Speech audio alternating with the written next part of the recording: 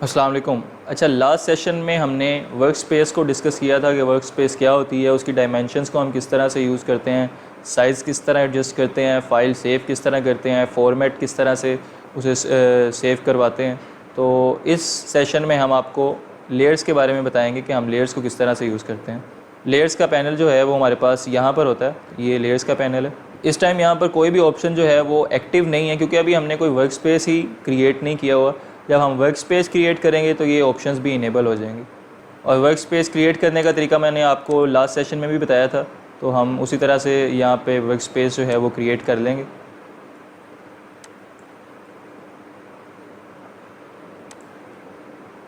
ये हमने एक वर्क स्पेस बना ली है और आप यहाँ पर देख रहे होंगे कि एक बैकग्राउंड लेयर यहाँ पर ऐड हो गई है।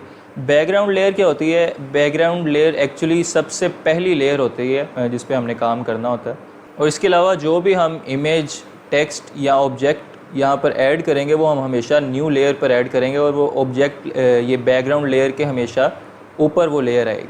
अच्छा, मैं आपको अब समझाने के लिए एक रेक्टेंगल शेप बना दूंगा। वैसे आप जितने भी टूल्स यहाँ देख रहे हैं इन्हें हम डीपली अभी स्टडी करेंगे, मैं आपको बताऊंगा कि इसे किस तरह से हम यूज़ करते हैं, लेकिन फ़िलहाल मैं आपको सिर्फ समझाने के लिए यहाँ पर एक रेक्टेंगल शेप बनाकर दिखाता हूँ।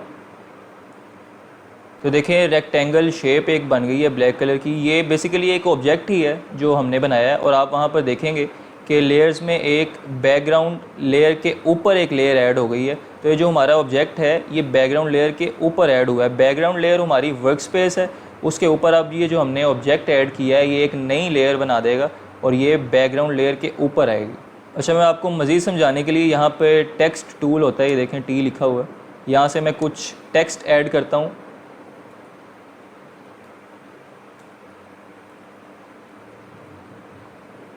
ये देखें, हमने हेलो वर्ल्ड टाइप किया यहाँ पर। तो आप देखेंगे कि ये एक और लेयर ऐड हो गई है, बिल्कुल उसी तरह जैसे मैंने आपको बताया कि ये बैकग्राउंड लेयर हमारे पास वर्क स्पेस है वो उसी तरह रहेगी, और हम जो भी कोई ऑब्जेक्ट ऐड करेंगे वो बैकग्राउंड लेयर के ऊपर आकर ऐड होगा सेपरेट लेयर में।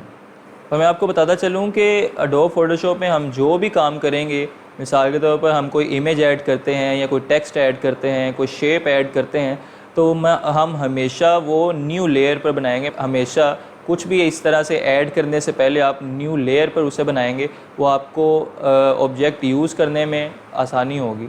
अच्छा, हम सेपरेट लेयर क्यों बनाते हैं? ताकि हम इजीली उस लेयर को एडजस्ट कर सकें। जैसे देखें, सिर्फ हेलो वर्ल्ड की लेयर यहाँ पर क्योंकि सिलेक्ट टेक्स्ट वाली लेयर जो सिलेक्ट की हुई है, तो सिर्फ वही टेक्स्ट यहाँ पर हम मूव कर रहे हैं जो कि सिलेक्ट हुआ है। तो हम यहाँ पर सेपरेटली, अब ये जैसे देखें हमने रेक्टेंगल को सिलेक्ट किया है, रेक्टेंगल की लेयर, तो सिर्फ रेक्टेंगल ही यहाँ पर हम मूव कर रहे हैं, हेलो वर्ल्ड मूव नहीं हो रहा। इसी तरह हम सेपरेटली इसे कलर भी कर सकते हैं अलग-अलग इस लेयर को। ये देखें, ये हमने कलर इसका जो है वो ग्रे किया है, और ये कलर कैसे चेंज हुआ है जब हम टूल्स डिस्कस करेंगे वन बाय वन तो हम आपको उसका भी बता देंगे कि हमने कलर किस तरह चेंज किया। अभी सिर्फ हम आपको समझा रहे हैं कि लेयर्स जो बनाना अलग-अलग वो क्यों ज़रूरी है, ताकि आप इजीली सेपरेटली लेयर को एडजस्ट कर सकें, आपको उसमें किसी किस्म की मुश्किल ना हो। यानी ऐसा ना हो कि आप कलर चेंज कर रहे हैं तो वो पूरी वर्क स्पेस का कलर ही चेंज होता जा रहा है। हमने सेपरेटली इसे लेकर चलना होता है ताकि हम ज़्यादा इजीली अपनी चीज़ों को एडिट कर सकें। अच्छा, अब ये हेलो वर्ल्ड की आप लेयर देख सकते हैं, ये जो टेक्स्ट हमने क्रिएट किया था इसका मैं कलर आपको रेड करके दिखाता हूँ। तो ये कलर हमने किस तरह चेंज किया है ये मैं फिर आपको बताता हूँ कि हम आपको जब टूल्स अभी डिस्कस करेंगे अगले सेशन में, तो मैं आपको बताऊँगा किस तरह से हमने इसे कलर चेंज इसका किया है।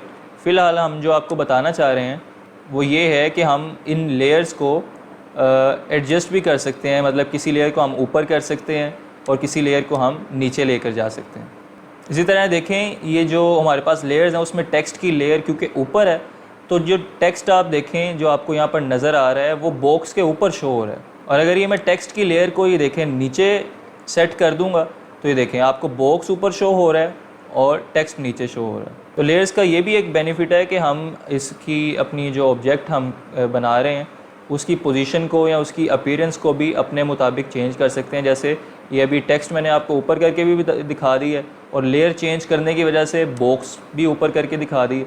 ये दोबारा मैं आपको देखें, हमने लेयर टेक्स्ट की लेयर जो है वो ऊपर की है, तो अब देखें दोबारा से हमें टेक्स्ट जो है वो बॉक्स के ऊपर शो हो रहा है। अच्छा, मैं एक और चीज़ आपको बताता चलूँ कि हम जो लेयर्स क्रिएट करते हैं हम उन्हें रीनेम भी कर सकते हैं, अपनी मर्ज़ी का नाम भी दे सकते हैं ताकि हमें याद रहे कि ये लेयर हमने किस चीज़ की बनाई हुई थी। तो उसके लिए हम लेयर के नाम पर जो डबल क्लिक करेंगे तो देखें उसने हमें ऑप्शन दे दी है रीनेम की। हम यहाँ से अपनी मर्ज़ी का नाम लिख सकते हैं अपनी आसानी के लिए, ताकि बाद में हमें लेयर्स एडिट करने में आसानी हो। मतलब ये भी इस्तेमाल होता है कि अगर आप कोई ऐसा डिज़ाइन बनाते हैं जिसमें आप बहुत से इमेजेस या ऑब्जेक्ट्स ऐड कर लेते हैं तो ऑब्वियसली उसकी लेयर्स भी बहुत ज़्यादा बन जाएंगी।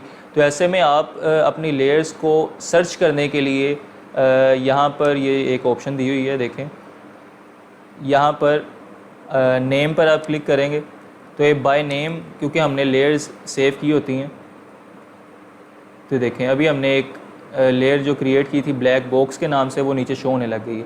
तो अगर आपके पास बहुत ज़्यादा लेयर्स हों उन्हें सर्च करने में भी आसानी रहती है। तो मैं आपको ये रिकमेंड करूँगा कि आप जब भी कोई लेयर बनाएं उसका नाम भी अपनी मर्ज़ी से रख लें ताकि दोबारा उसे फाइंड करने में और उस लेयर को एडिट करने में आपके लिए आसानी हो। आपको याद रहे कि ये जो आपने लेयर बनाई थी ये किस मकसद के लिए बनाई थी या इसमें आपने किस चीज़ को स्टोर करवाया हुआ है, ताकि आपको एडिट करने में आसानी हो।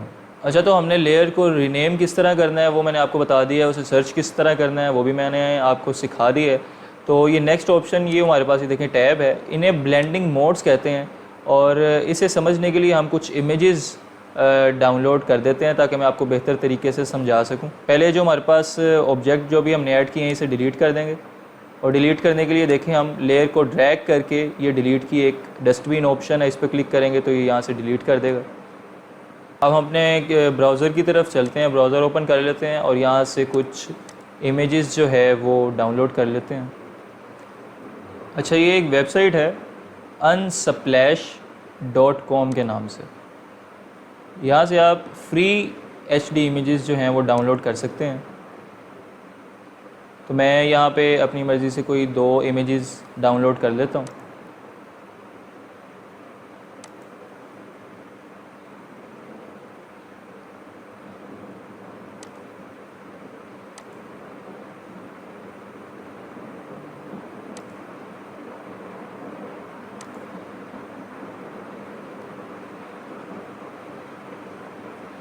अच्छा, दोनों इमेजेस जो हैं हमारी डाउनलोड हो चुकी हैं और अब हम इन दोनों इमेजेस को अपने वर्क स्पेस में एडजस्ट करते हैं जो फ़ोटोशॉप पर है। ये हमारी वर्क स्पेस है और यहाँ पर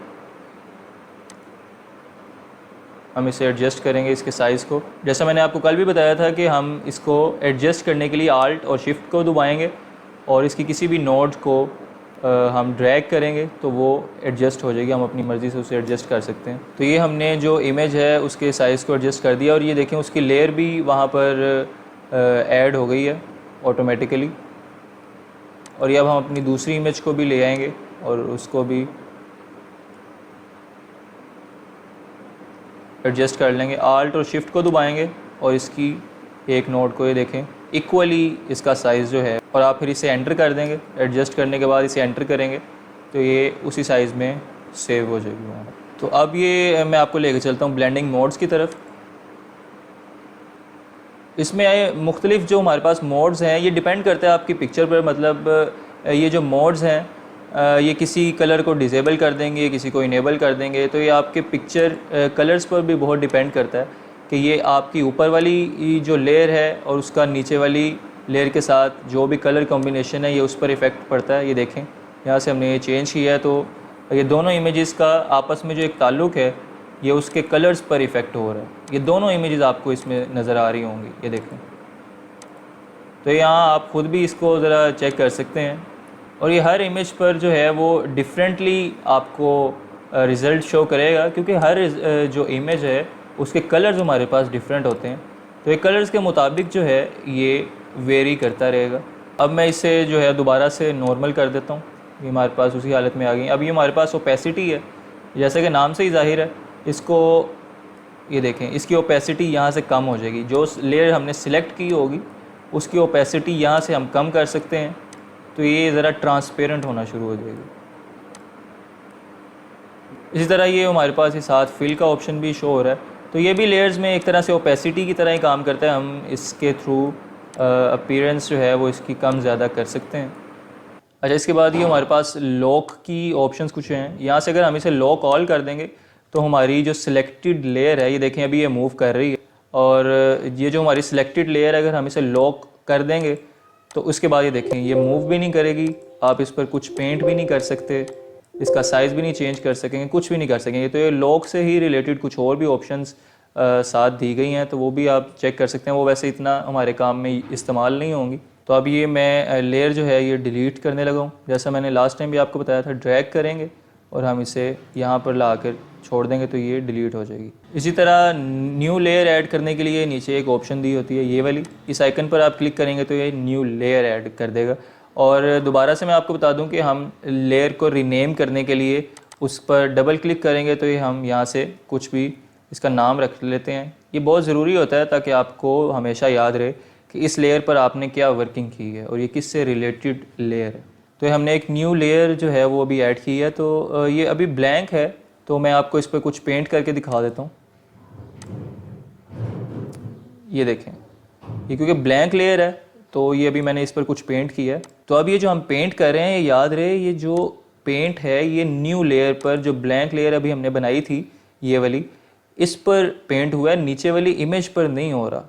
तो ये फ़ायदा होता है, ये देखें कि हम सेपरेटली इसे मूव भी कर सकते हैं। ये ब्लैंक लेयर पर एक्चुअली हमने पेंट किया है, ये पीछे वाली इमेज वैसे की वैसे ही है। तो ये फ़ायदा होता है लेयर्स का कि आप अपनी पिछली इमेज को या पहले वाली लेयर को एडिट किए बगैर उसमें कुछ न्यू लेयर ऐड करके आप उसमें कुछ एडिट कर सकते हैं। और अगर आप अपनी एग्जिस्टिंग लेयर को की एक न्यू लेयर या कॉपी बनाना चाहते हैं तो आप इसे ड्रैग करके इस आइकन पर ले आएंगे जहाँ से आप न्यू लेयर बनाते हैं। तो ये देखें आपके पास एक और एज इट इज़ लेयर बन जाएगी।